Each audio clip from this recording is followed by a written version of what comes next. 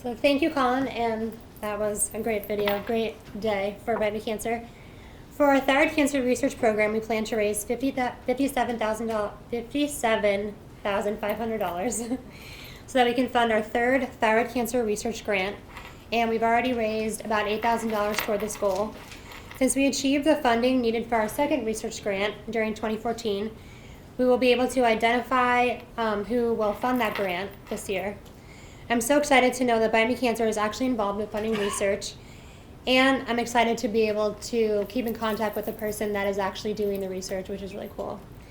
Now I'd like to introduce my wonderful mother, Sharon, who is the co-chair of the Thyroid Cancer Research Committee, as well as the secretary of our board and the co-chair of the Communications Committee.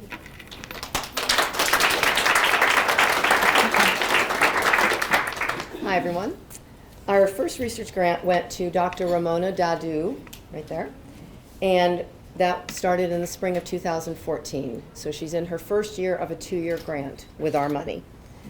And she conducts her research at MD Anderson Cancer Center, and this research grant is actually focused on medullary thyroid cancer, which is what Nikki has. So it's really cool. She's very in tune with what Nikki's going through. She asks us about her scans, and so it's a real live partnership. It's not just giving your money and you don't know what happens.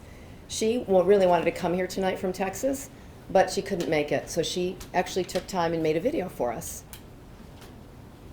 And now I'd like to introduce someone from the American Thyroid Association.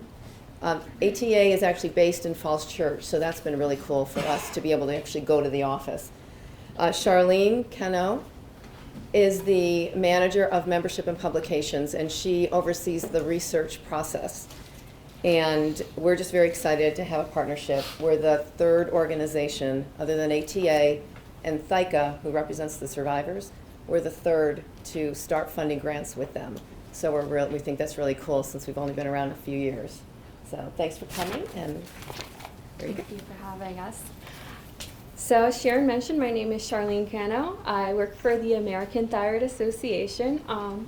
First, I'd like to say thank you to Bite Me Cancer, Nikki, Sharon, and all of you for all the work that you guys do and continue to do. We never cease to be impressed with the new events that you guys have going on. I mean, it's just quite amazing. So we're really lucky to be in partnership with you guys, and we really appreciate it.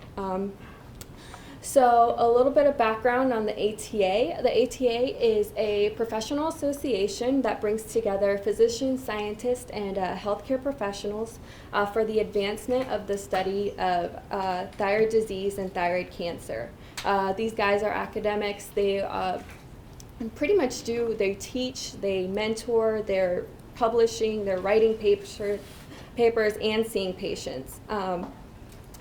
So the ATA has about 1,600 members, about 300 volunteers, and about 35 committees. Some of the work that they do includes professional development, such as our annual and spring meetings. They put together patient education brochures. They write clinical practice guidelines, and they review research grants. So research, amongst many other values, is something that has brought the ATA and Bite Me Cancer together. And we're so lucky to be partnered with you guys and other great organizations such as the Thyroid Cancer Survivors Association and thank the Thyroid Head and Neck Foundation.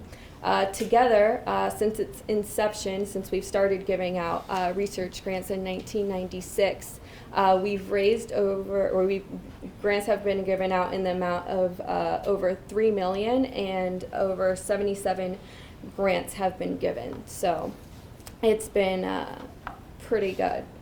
So just a little bit of background on how we do our research. The research committee is comprised of about 10 to 12 thyroid experts of diverse backgrounds. It's about a 5 to 6 month process where we start with about 50 short proposals that are then weeded down to 15 to 16 full applications.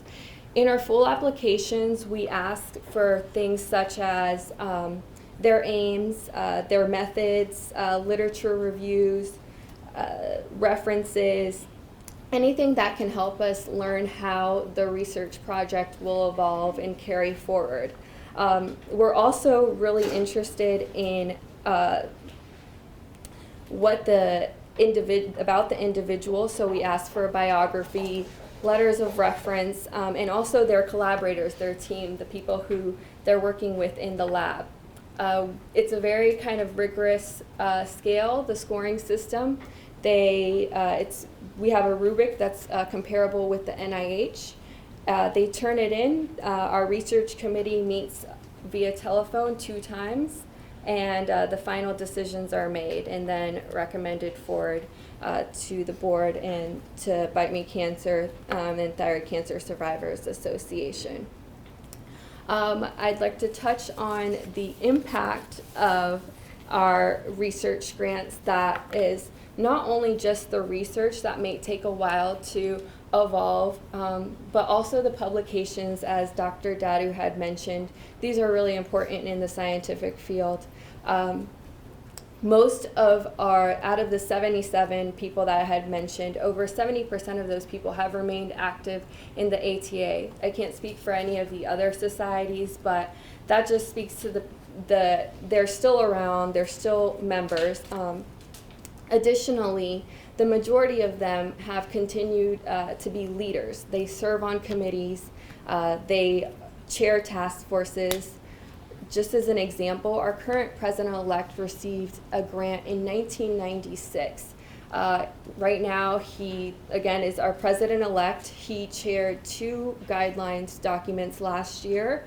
And additionally, he also is just a mentor and has brought on other people to submit research grant proposals, and is just an all-around great guy. And we see this a lot with a lot of our research grant recipients. So what you're really investing in is the individual as well and their careers, and they really come back and help and volunteer their time and become leaders in the field. So it's just amazing to see that.